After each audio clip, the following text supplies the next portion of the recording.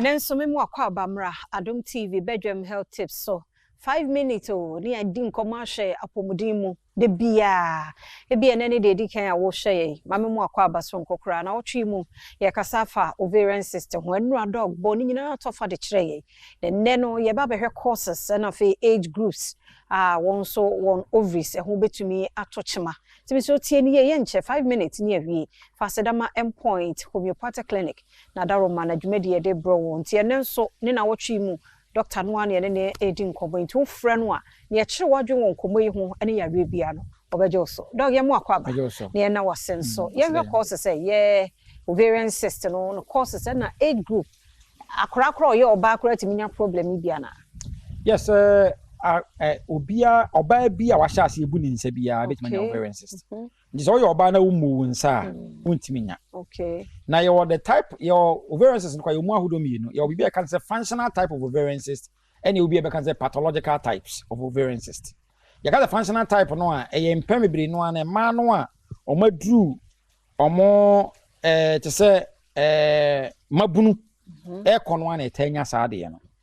eno no muta ene your pathological type no de omo a omatwabra okay e kura so timi kokonya sa medical condition yes njo bu a twabra no mo de no ya na pathological type ta akoye cancers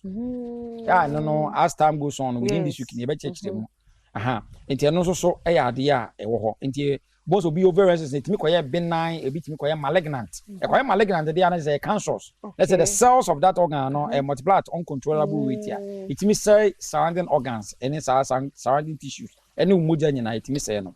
na enoma etimi de ovarian cyst ne ba no ebi wa ya na infections. Infections no could be sexually transmitted and non-sexually. To ba bit manya infection na nya sex na dia ba na ye bia eye bacteria bia emba through sexual intercourse. It will be how one be ma kwansi ada. Eso so na wanya infection. So one treat ni year impemibly no etimi kofa sa we ne ba. Ema omo hormonal problem.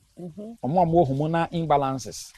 Eno so etimi ekofa saa oye ne na de eba ema bi wo ho ema se bi omonom obi ho na awo ho problem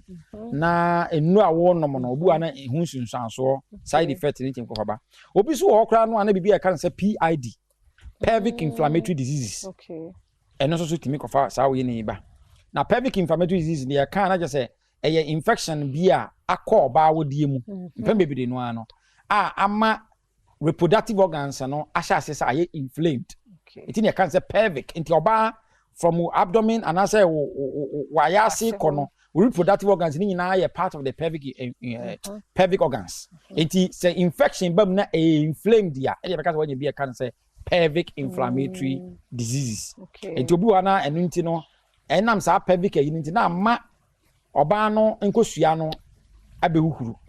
oba no awodiem ahuhuru obi okwa na nsuo na gina na awodiem endometritis ne san nyina no etimi kofa ade e fe ne se ovarian cyst e ba besue enti e ka ovarian cyst na se no ayesi kan ye no ano ne ye ka se nsuo a begina oba enkosua ho ema oba no ema na wo ede etimi che ana obi okra no etimi ete efiri ho ena na ye ovarian cyst no eti basically no we ni some of the causes here etimi kofa ade e fe ne se ovarian cyst no eba ochina nyame bo a yebedin komo after the signs and symptoms of ovarian cyst no na so person ni endpoint kasa mekwa ye ovarian cyst no anase ema awodie nyina ye ne scan no free ene mema prostate nyina ye ne free scan no ewo ya dwosuo ewo kumase takrade techiman tema ena spintus rochelle signboard number obetimi dia free endpoint no 0244 0244 86 7068 0244 86 7068 say Dr. Duboate na yeten kano friend si friend na unyamra fast no akoho say especially ye man no wo check ya wudie no ama ye mfiri ne de fa hoje mo bi infections esi awo ho kwan it ovarian cyst ho komo na wo twi mu no china de pache ya sa simenu mu asa kan ye ho na ya to aso medin afia amankwa tamaklo medase ochina nkwa ho den wo ho a ebehia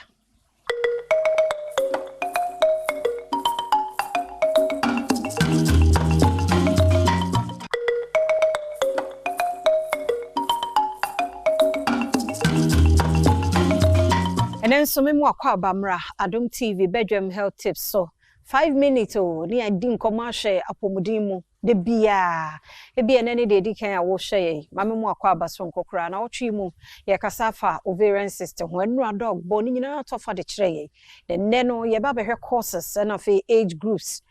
won so won ovaries ho betumi atochema timi so tie ni ye nche 5 minutes ni awie fasedama endpoint homeopathic clinic na daro management de bro won tie nenso ni na wotwe mu Dr. Nwan ye ne edi nkobo nti wo frɛ no a ne ye kire wadwe won nkomo yi ho ene ya bia no obeje so dog ye mu akwaba ne ye na wasenso ye hwe course say ye ovarian cyst no course say na age group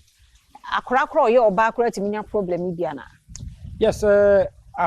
obia oba bia wa hya ase ebu ni nsa bia betimanya ovarian cyst nti so ye oba na wo mu nsa untiminya okay na your the type your ovarian cyst kwa yomu ahodo mienu your bibia can say functional type of ovarian cyst and you be can say pathological types of ovarian cyst you got the functional type no a empemibiri no na ma no a omadru omo te say mabunu ekono na etanya saade no eno no muta ene your pathological type no de omo a omatwabra okay ekura so timi kokonya sa medical condition yes njobu a watwabra no mo de no ya na pathological type ta akoye cancers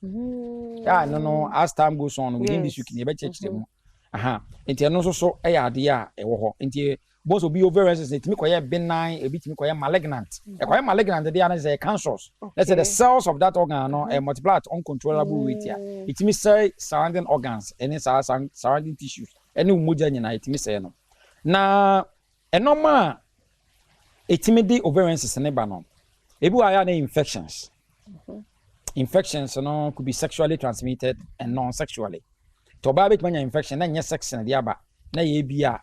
eye bacteria bia emma through sexual intercourse it will be how one be ma kwansi ada eso so na wanya infection